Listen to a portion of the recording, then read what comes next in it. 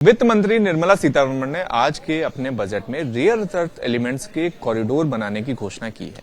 अब हमारे साथ बातचीत करने के लिए विनीत नाहता जी हैं, पावर ग्रिड के एमडी हैं और उसके अलावा ईपीएफओ के सीबीटी मेंबर हैं।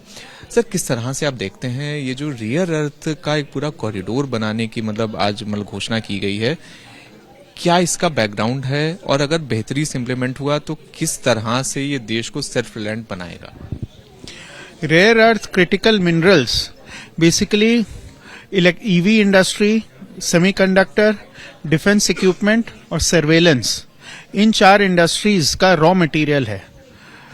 हमारा देश यदि इन इंडस्ट्रीज के अंदर सक्षम होना चाहता है और ग्लोबली कॉम्पिटिटिव रहना चाहता है तो इनके रॉ मटेरियल्स और सप्लाई चेन लॉजिस्टिक्स का सुदृढ़ होना काफी आवश्यक है। आज के दिन रेयर अर्थ क्रिटिकल मिनरल्स में चाइना की मोनोपोली है। माइनिंग में 60% और प्रोसेसिंग एंड रिफाइनिंग के अंदर में 90% का उनका आधिपत्य है। चाइना ने रिसेंटली कहा है कि अब वो एक्सपोर्ट नहीं करेगा, निर्यात नहीं करेगा और खुद अपने सेल्फ कंजम्पशन के लिए इन मिनरल्स का यूज करेगा। इसके तत्वावधान में हमारी कॉमर्स मिनिस्ट्री ने 3 देशों से ट्रीटीज की हैं, पेरू, चिली और ऑस्ट्रेलिया। और हाल ही में जो यूरोपियन यूनियन के साथ mother of all trade deals की का समीकरण हुआ है, उसमें भी rare earth critical minerals European Union के साथ हमारा टाई अप हुआ है।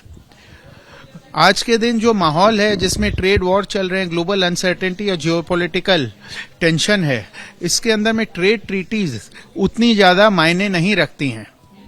इस वजह से किसी भी देश का इन क्रिटिकल मिनरल्स के ऊपर सेल्फ सफिशिएंट होना, खुद कैप्टिव माइंस होना और उन माइंस का सक्सेसफुल एक्सप्लॉयटेशन होना बहुत जरूरी है।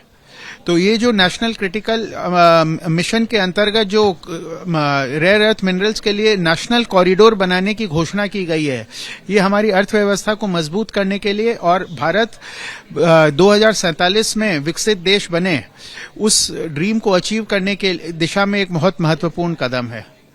4 राज्य हैं, उड़ीसा, तमिलनाडु, केरल और आंध्र प्रदेश। इन राज्यों में फोकस किया गया है कि यहाँ पे ये स्कीम्स लॉन्च होंगी और यहाँ पे ये रेयर अर्थ मिनरल के एक्सप्लॉयटेशन को जोर से क्रियान्वित किया जाएगा। तो मैं ये कहना चाहता हूँ कि इसमें भारतीय पीएसयूज जो है उनका भी बहुत महत्वपूर्ण योगदान रहेगा। आपको जीएमडीसी इस दिशा के अंदर में ऑलरेडी माइनिंग और एक्सप्लोटेशन के लिए बीएएसएफ बोल के एक विदेशी कंपनी है, उसके साथ उन्होंने एक करार किया है टेक्नोलॉजी ट्रांसफर का। इसके अलावा नेवेली लिग्नाइट कॉर्पोरेशन, कोल इंडिया, एनएमडीसी, ओएमडीसी वगैरह, ये जो पीएसयूज हैं ये भी इस क्षेत्र के अंदर में काफी काम कर रही हैं।